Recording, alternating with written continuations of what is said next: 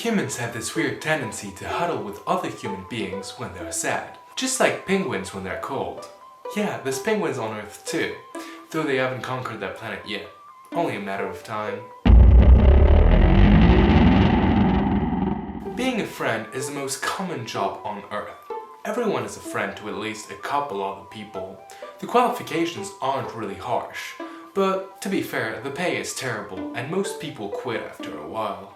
Friends should be honest with each other. Humans have very poor self-preservation skills, so they need each other to make sure they don't die and to call each other on their bullshit. Let me give you an example. Hey Teddy, you look like shit today. You should probably stop moping around and move on. Milo doesn't love you, but it's not a reason to be pathetic and lazy. You're welcome, Milo, for my honesty. Being a good friend is hard, because it requires you accepting that you deserve love and that people aren't only around you because they pity you. I know it's hard to believe, because quite frankly you do inspire pity. And also because, from your own perspective, you only ever see the millions of worries drowning your mind, the hundreds of intrusive thoughts darkening your soul, the dozens of dreams you've given up on. But don't let your friendships be other dreams you eventually let go of. They deserve better, and so do you. Or so Teddy tells me. I wouldn't really know. My kind doesn't bother itself with such trivial worries. Now, humans have 3 different kinds of friendships.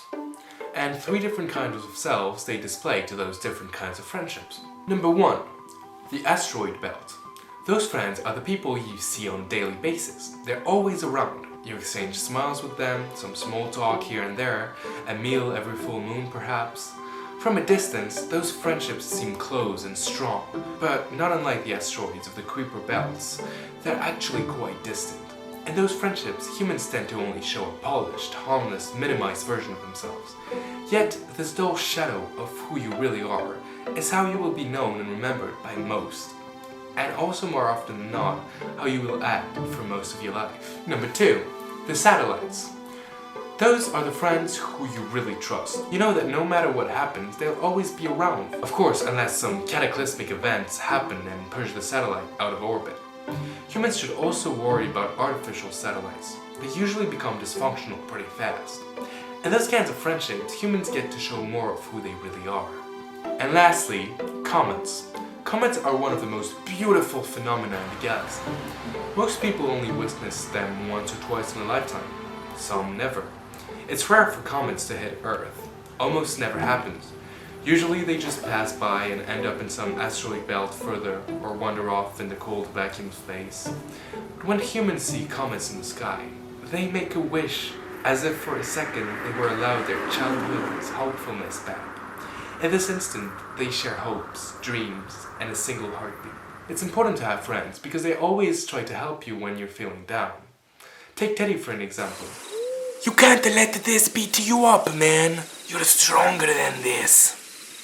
Teddy is convinced that Kenny hates him.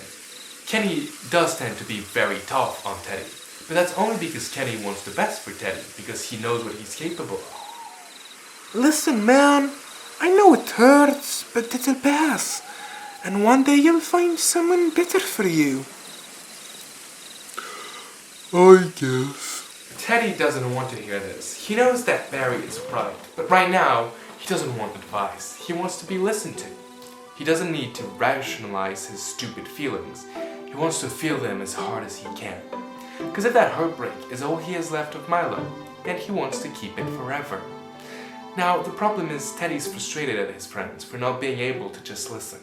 But he can't really be mad at them, because he never really asked to just be listened to. So he'll keep this frustration inside of him. He'll grow distant to them and eventually lose them. Teddy knows that. Will he do anything to prevent it? Probably not.